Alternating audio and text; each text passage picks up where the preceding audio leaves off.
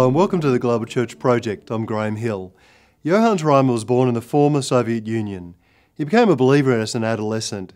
In his book Liberty and Confinement, he tells of his struggle to be a Christian while serving in the Red Army in the former Soviet Union. This involved interrogations, beatings, and threats to his life. In 1986, Johannes Reimer founded the missions organisation Logos International, focused on reaching Eastern Europe. He's got a heart for church planting and reformation. He challenges the church to move from traditional to mission-focused community activities and structures. As a theologian and writer and counsellor and international speaker, he's written more than 20 books. Johannes Reimer, welcome to the GlobalChurch project. Can you tell us something about your conversion to Christianity?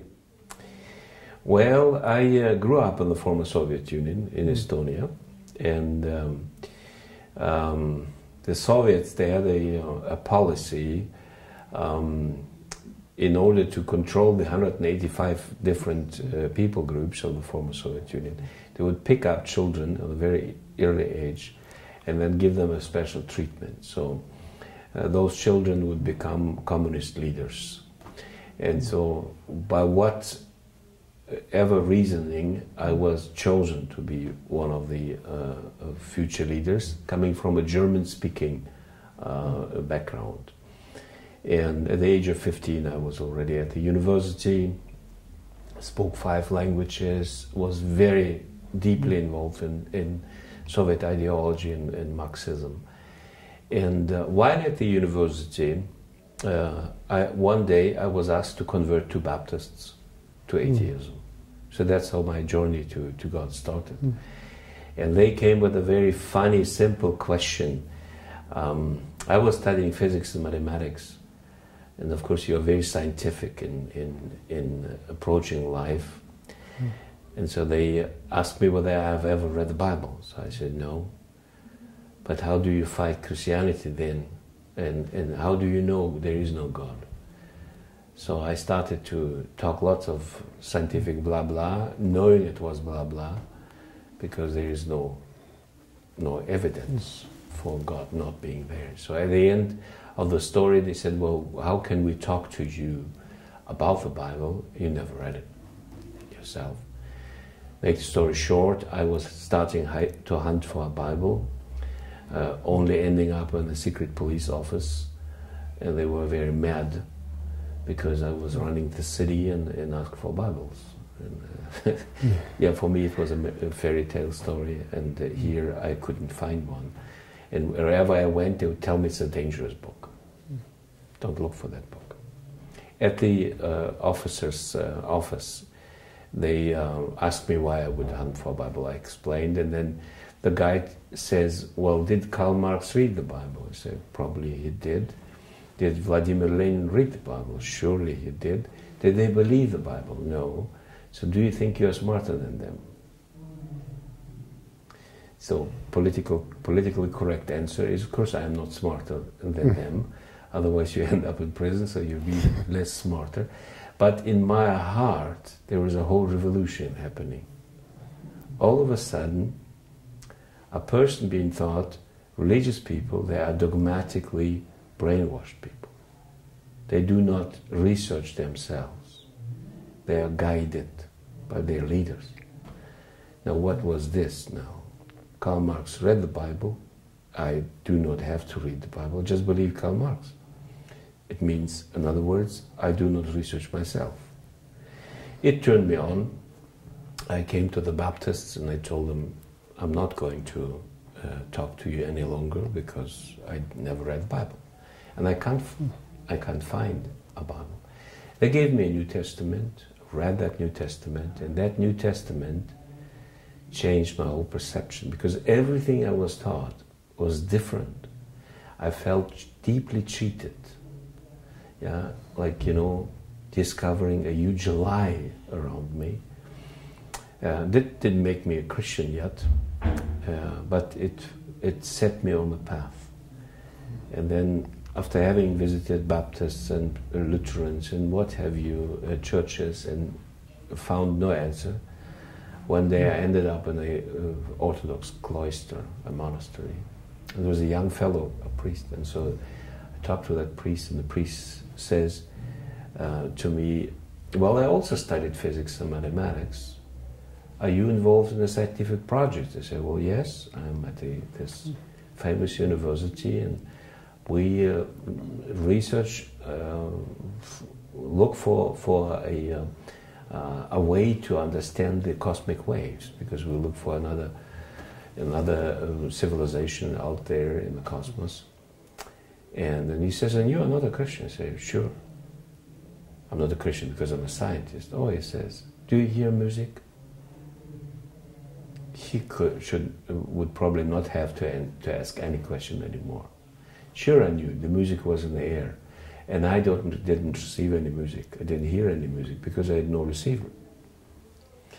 I didn't see any pictures, any images, but the Moscow television has brought the images, and they were all in the air. But me, having no receiver, was not able to even to see those images.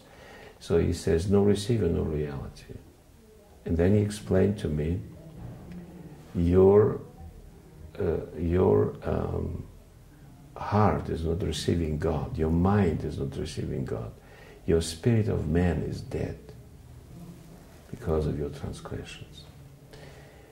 I understood half of it, but the thing I understood was no receiver, no reality. To say there is no God is literally stupid. So it took about half a year more, and one day in my little room I cried to God because I could not find God. I didn't understand Him. So and then I says, God, I don't see you, I don't hear you, I don't even smell you, I don't know who you are. But if you exist, and those guys are right, please give me a sign. Because you hear me. I don't hear you, but you hear me, obviously, if you exist. And in this very moment, by praying that prayer, I felt somebody hitting me. I was boxing at that time, doing sports, boxing. It hit me with an incredible might, so I fell to the floor, and laying there, I realized there was nobody in the room. I asked for a sign, and be sure I got one. Well, that didn't make me a Christian yet. It took yet months. And one day in the church, in a small Baptist church, I decided I would go and pray a prayer of a sinner. And so I became a Christian. I was 18, long ago. You're professor of missiology and author of numerous books and founder of Logos International. How did you end up getting involved in so many ministries? Well, we were expelled from the former Soviet Union in 1976 after 2 years in labor camp. We were asked to leave the country as persona non grata. I came to Germany and studied theology in Germany at the Baptist Seminary in Hamburg, but then in different other countries, in the US and also in South Africa, becoming a theologian, concentrating on mission studies, because I was interested in mission myself. And while doing so, well, this took years, you finish a seminary, become a pastor, and then you continue your studies because you're not educated enough, and I probably never be. I was interested in church planting and church growth, reaching out to atheists, to agnostics, to people of my type of people. I myself came from a non-Christian family, from an atheist family, and so that's what I was concentrating on. And of course, I soon discovered that in post-Christian Germany or post-Christian West, there's a lot of talking about reaching out to people, but very little result. In reality, most of the evangelical churches lose members, and the church is actually slowly but surely disappearing. And that made me search for more and go long ways. So I did my doctorate in South Africa under David Bosch. I went there to a man, not to a university. I didn't want to have any doctorate. I just wanted to understand issues. And then the University of South Africa made me a professor. They wanted me to stay with them, which I rejected. I said, well, I am in Europe, I live in Europe, I'm in the Western world, I want that Western world to be changed. And then they made a special arrangement for me, so I still live in Europe. And then the Soviet Union disappeared, the whole Soviet Empire collapsed. And of course my own country opening created incredible opportunities to go in and to do missions and plant churches and start universities. So I founded mission agency one after the other, just to get the job done. If you ask me why do you do all of this or did all of this, I'd say probably because that's what my gift is. It's a kind of an apostolic gift. I'm strategically minded. I'd like to reach the whole world in one day. And so there are plenty of ideas coming to my mind. So this is how things work. And I'm also, I've never been interested in doing one thing to an end where I have my image and I'm settled and everybody knows Professor Reimer. That's his name and his story. But I'm interested in the kingdom, promoting the kingdom. And even if I'm not in this any longer, that doesn't matter to me. Starting mission work in this and other countries has been a desire and a drive which made me do many things. In your book, Liberty and Confinement, you talk about your struggle to be a Christian in the Red Army in the 1970s. Can you tell us something about that struggle and also how you found freedom? Yeah, well, having been a boxer, a sportsman, having been a part of the youth party elite, I was already, the Soviets trained me to be a world changer, to change the world to a better place, to a communist place in their terminology. That was my biggest desire. So coming to the Soviet, to that Soviet army experience and rejecting the military service because of my convictions, pacifistic convictions, I took out of the Bible. I believed it, sometimes very naively, but I did so at that time. And also because the Soviets were fighting the Chinese, there was an unrest at the border, and seeing what you did, you know, becoming a Soviet soldier, you would pledge to follow the party in every direction the party went. You sold your soul, your life, your heart to the Communist Party, and so I couldn't stand this.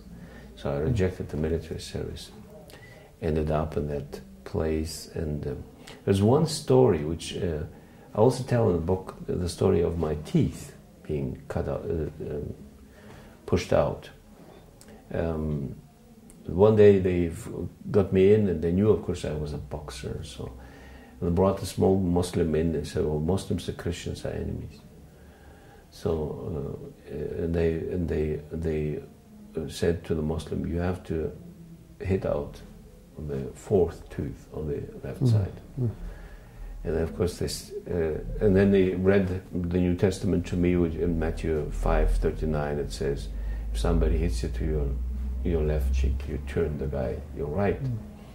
So he says, "Do you believe that stupid stuff?" I say, "Well, sure I do, because it's the Bible, it's the New Testament." "Well, we'll see how much you believe." And then this Muslim, small little guy, started to hit out my tooth. You know, good Soviet teeth. It takes quite time to get it out. And after the fourth or fifth night, I started to hate that little man. You lose tooth after tooth and for nothing, and the only thing you do, you just hit back. and then you're free of the torture. But then you, of course, also say, I don't believe that text in Matthew 5:39. And there was a huge unrest in me. The disability to love as Jesus did. And then one day, it was a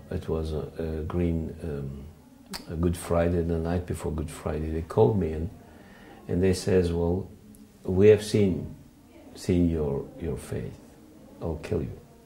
We'll kill you. There is no other way for you to stay alive. But we give you one more opportunity to think about it. So you have a half a day free. You may go wherever you want to, in the compound, of course, of that labor camp, and then come back to us and tell us what your decision is. So I went to a corner in that compound, deep grass, and started praying. And I asked the Lord to change my heart because of my hatred. And now being killed with hatred in your heart, for a Christian, that's not a good option. So I cried to God, please fill my heart with love. Change me. What's the problem? And then the Spirit of God fell on me. Now you're a Baptist, I'm a Baptist. We Baptists were not known for charismatic experience. Not originally, at least. So, and I was not taught any charismatic reality. I knew the Spirit of God as a dogmatic figure in the Bible, no more. So the Spirit of God fell on me with such an incredible might. Couldn't stand on my feet any longer. So I fell down, and laying in the grass, I felt a love of God filling my body. It was an incredible emotional experience. And the night coming, I was called in, and I looked at, the officer looked at me and says, how did you decide? I said, well, I decided to follow Jesus. And then he comes to me, he's a huge guy, huge fist, and he wants to hit me, and his fist flies into my face. And somewhere here, the fist stops. And then this guy started yelling at me. He says, why are you loving me? I don't particularly love the guy, but at least not emotionally, but I was not hating him anymore. I was ready to die. And he couldn't hit me, so he let me go. It was a long story, yet you read the book, so you know. At the end of the story, I almost lost my life, but that experience changed me totally.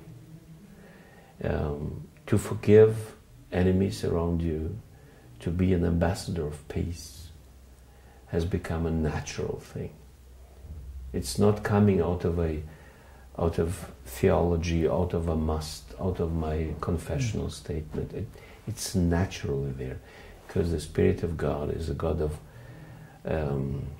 is a Spirit of love, and He has entered me, and it's now years and years and decades after, and I'm still living with it and almost feeling the moment.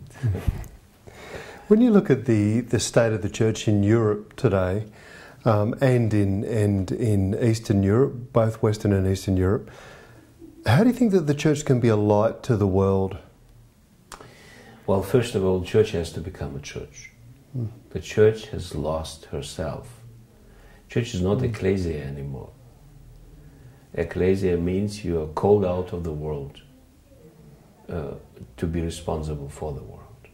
So we call to a responsibility. We call to a commission. We are commissioned to go into the world.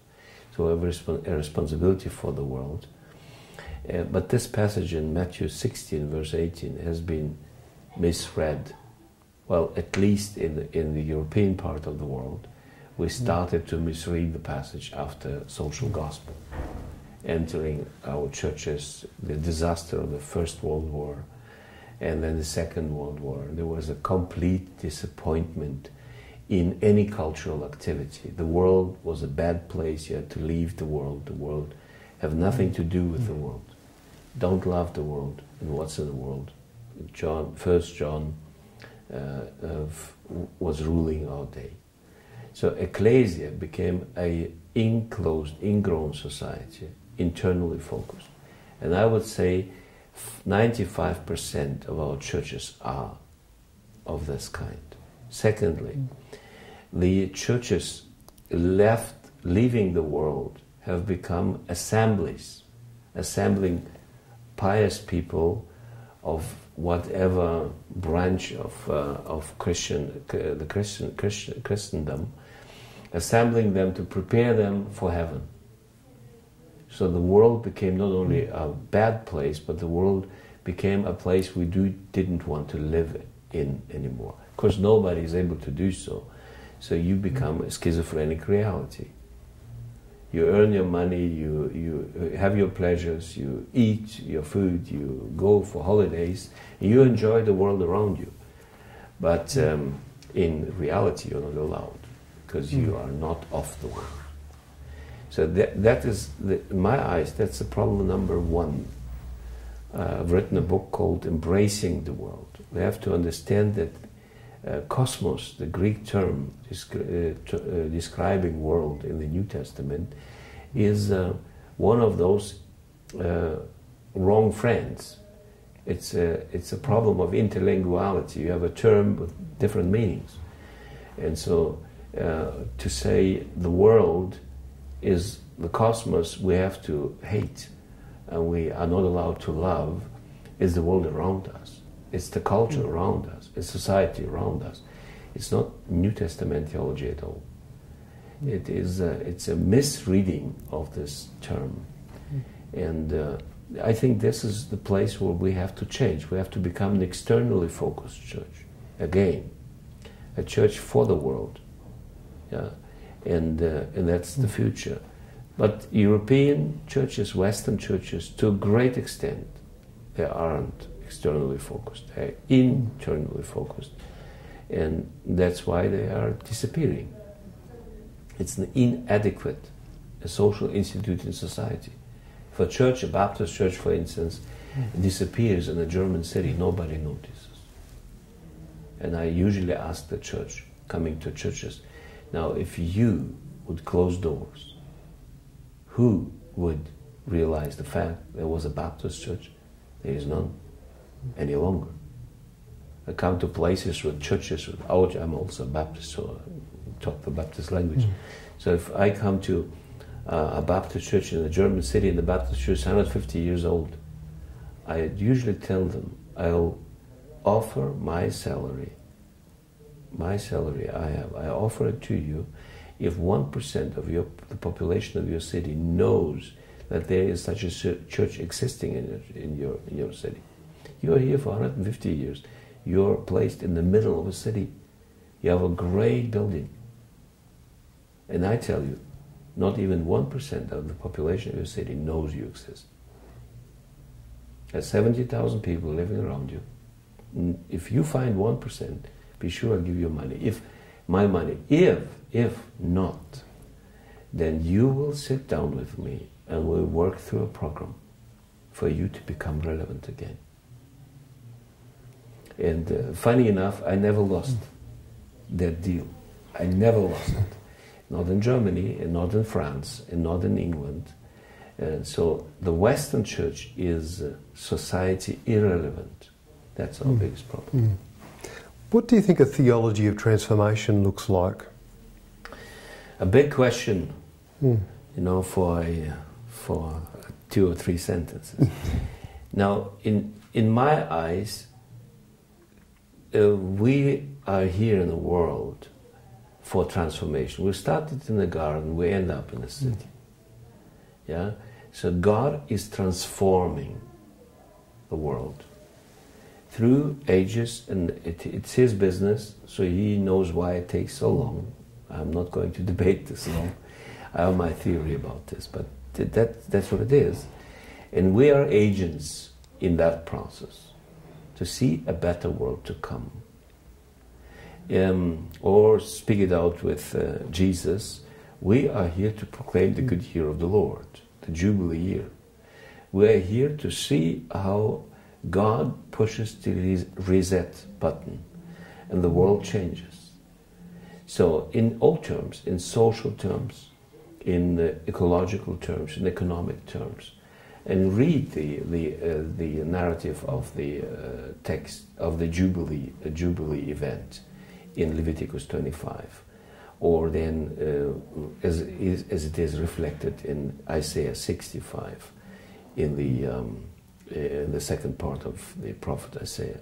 So you read those passages and you see Zechariah chapter 8. You see the kingdom of God is coming with a changing power, affecting all strata of society. So a theology of transformation needs to go back to those texts to understand the kingdom, and kingdom reality is important in order to shape ideas for a practical theology of transformation. To bring God back to society, and with God, reality of God. What role do you see Micah playing in God's mission in the world today? Well, I'm with Micah because I believe that Micah is, first of all, a prophetic voice. We try to be more, yeah, and good so. So we go into conversations, we tackle issues of the day, we fight corruption, we are trying to bring peace to parties in conflict. For instance, in Hungary, between the Gypsies and the Hungarian population, the Christians there, or in Rwanda, or other places in the world. And that's a contribution, and I'm not limiting it to just an attempt. But the biggest contribution is the prophetic voice we raise, because we ask questions. No, you being a scientist and me being a scientist, we know with other questions there will be no answer. For instance, the other day I was doing a consultation with Vietnamese churches in Hanoi, creating or introducing a concept of loving the city. So we Christians are here to place God's love in the marketplace. Yeah, see God's light shining in this city. And the city of Hanoi is terrible. The infrastructure is terrible. The organization, the management is terrible. Wherever you look at, you find darkness. Now we are the light of the world. When I came there, and the Christians, of course, some of them still in the underground, I asked them to do one thing. You go to the secret police and you tell them, Johannes Reimer is coming. His real name is Ivan Reimer. He comes from the former Soviet Union. He has been a Soviet leader. He was in a labor camp. He was pushed out of the country. He is a missiologist. You tell them everything about me. Go in the open. The Christians were very afraid. They will never let you in. They say, well, and then you say, please come and listen to him. And Mr. Reimer says, the moment you don't like what he says, you kick him out. So then they came. We started our seminar. And great time, I explained to them why the church exists in the world. We are to be light for darkness. And this has practical applications. It's not spiritual. We are light in material, in social, in intellectual, but also in religious terms. But please start with the material. Jesus becomes a human being. We see the glory of him as a man, and then we see God's glory. John chapter 1, verse 14. So I explained this to them, and then we started talking. After the first hour, the secret police officer came to the chairman of the Evangelical Alliance and told the guy, tell Mr. Reimer he may stay for the whole day. Then after the whole day, he says, tell him he may stay for one more day. And at the end, at the third day, he came and he says, if you start to believe that the church you represent is a vital change agent for our city. The city becomes a better place for living. The city becomes a place with an economic sustainable reality. If the city becomes, a great place for the Vietnamese people to live, we'd be stupid not to allow you to exist. And then he says, this pastor says, but Mr. Reimer doesn't live here. Mr. Reimer suggested to start a college. There is not a single Bible college in northern Vietnam. And then he says, well, we think about it. 4 days later he phones me and he says, Johannes, I just come from the Ministry of Interior. I was invited to see the minister himself. And the secret police office had a representative there. You know what they told me? If you're going to teach, life-giving reality in your churches, we will allow you to start a college. Now the Bible college is on the way. So take the confrontation out. We are not in the world to run a language of conflict. Our message is pregnant of conflicts. Yeah, the message is like a dynamite. It's going to blow reality around us. But it's a positive message. It's a message of life. It's not a message of confrontation. Evangelical Christianity, especially evangelical Christianity in the Western world, is all running conflicts. It's always we are against. We know best what's wrong, but we seldom know what's right. And I want to teach my churches, talk the right thing, bring light, bring salt. This is dangerous enough. Don't you bother. People, you will see persecution coming. Having lived in a country of persecution, I could tell you stories about this. But persecution is not the problem. The worst thing happening, you end up in heaven. That's the worst thing happening. But we all want to go there, right? So why is this bad? This is not bad. It feels bad for a moment. That's all what it is. But on the other hand, you bring light. The dark places of the world get enlightened. And that's what Micah wants to. We bring light to the dark places of the world. Not in a word, not in a message, not in a book only, but in real life situations. What do you think are some things that the church in Eastern Europe can teach the Western church today? Well, there are a number of lessons. One lesson is in times of political freedom, we are there to strengthen our membership, spiritually strengthen our membership. Spirituality, missional spirituality, becomes a ruling factor for whatever we do in the church. We're allowed to. We have the freedom. We have our opportunities.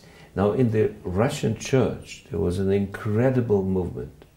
Just imagine, 1917, just prior to the revolution, we had 100,000 evangelical Christians in the country, in the whole Russian Empire. Whole of Russian Empire. 1929, 10 million. So 100,000, 10 million. You talk church growth. It's an incredible growth. But churches, it was a difficult time. There was civil war, there was revolution, civil war. It was not an easy time, but it was also a time where the Soviets allowed Protestants, being the in their eyes, the enemy of the Orthodox Church, to develop. We had the freedom of development. Instead of concentrating on spirituality, the churches concentrated on on evangelism, on growing their churches, and on infrastructure. They even tried to build a city of the gospel in Siberia, a whole city. Yeah, and then Stalin came, and then persecution came, and the church disappeared. Where are the 10 millions left? Many of them were actually falling away. They were not strong enough. So we have to strengthen our churches. You know, really to live a life with Christ for, as Paul says, you know, I don't live any longer. I'm dead. Christ lives in me. And if I die tomorrow, what's the problem? That lesson the Western Church needs to understand. The Eastern Church didn't. Now, of course, through all this sad experience, they have learned the lesson. I hope so. Most of them at least have. A second lesson. If you look at the Eastern Church and their experience in times of persecution, persecution has never really, after the church became a church, and all those added membership and spontaneous membership disappeared. Yeah. The church became a strong factor, and that church has not diminished in numbers, still adding members. Persecution does not make us a lame duck. Persecution in a country, less freedom doesn't mean less movement. And a third lesson I think we have to learn. As soon as our countries open, we should live of what the Lord has created amongst us, and not look at the attraction outside of our own country. What happened to the Soviet Church? We had the influx of Western great theology, great missions, great ideas of an incredible size. We reckon for about $50 billion US dollars of help coming into the Baptist and Pentecostal churches. 1991, the Baptist Church of Russia had about 91,000 members, maybe 93, around this. Now, today, they're less than 70,000. There was no growth. What happened? They were running away. The Western people came in, and they were giving us the impression that heaven is in the US.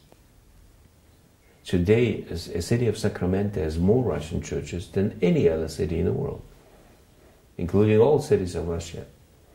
So instead of promoting mission and strengthening the church was actually brought to migrate. And your own city, Sydney, has more Russian believers than some of the Russian cities. In Germany, you have the same reality in Western Europe. So instead of now accepting responsibility, they were so attracted by Western sponsors coming in, Western money coming in, Western way of living coming in, that this material well-being destroyed their missional spirituality completely. And for the Western Church, this means don't believe a good sponsor makes good living. Don't believe a good budget makes a good church. It's not money, it's not the material well-being. It is a spiritual attitude, it's your spiritual health which determines your future. Otherwise we'll lose out. And then you look what happens to North America. George Barna, one of the most important institutes of statistics, church statistics, says the North American Evangelical Church has lost 15% of their members in the course of the last 10 years. Now this is not including all the migrants coming in. Like churches like Willow Creek or Saddleback, I know the numbers, they have about 6,000 Russians among them. They didn't become Christians there, They migrated as Baptists and they became members in another Baptist church. So church growth is transferring the saints from one country to the other. And even then, with all the transfer of the saints, the numbers have dropped immensely, which means God is not with them. And that's a very sad thing to discover. We try, whatever we do, but the blessing of the Lord goes somewhere else. It stays then with the Chinese and with the Indian and in Africa, and it's not here. But we still think because we got enough money, we are especially blessed. Money is mammon.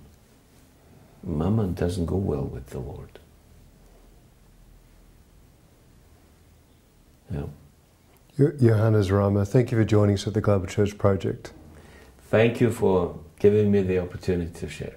The Global Church Project is located at www.theglobalchurchproject.com.